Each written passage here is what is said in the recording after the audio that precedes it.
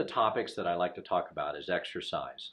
I've talked about it in some of my other talks about the importance of exercise. I find sometimes people get really wrapped up into what type of exercise they do. Well, it turns out exercise doesn't have to be continuous. In other words, if you do 30 minutes of exercise, it doesn't have to be 30 minutes all at once. It can be 15 minutes there, it can be 10 minutes here, it can be 5 minutes there. It all adds up. Exercise doesn't have to be super intense either. A brisk walk is perfectly fine.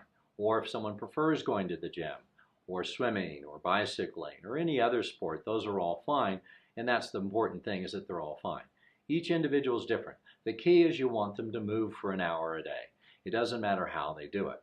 Now, if someone's looking for the most efficient way to lose weight, exercise does contribute a little bit, though it is a modest amount. It's very important. When you exercise and lose weight, you end up losing mostly fat.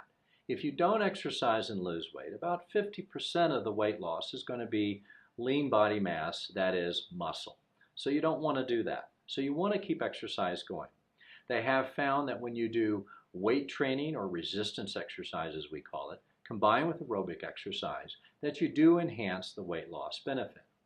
Furthermore, you find that when you do interval training within that exercise, that further enhances the weight loss. Interval training means where you take your heart rate up to your maximum heart rate for a short period of time, a minute or so, and then drop back into the aerobic range, and do that 4 or 5 times in an hour of exercise.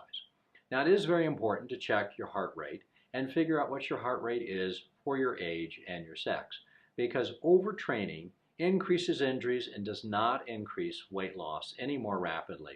And frankly, it discourages people. Many people will give up on exercise because they're fatigued, tired, sore, or injured. So when is the best time to exercise? When you'll do it. I'm not being facetious. What we find is that everybody likes to exercise at different times. So the key is to exercise, whether that be at lunchtime, first thing in the morning, last thing at night, it doesn't matter.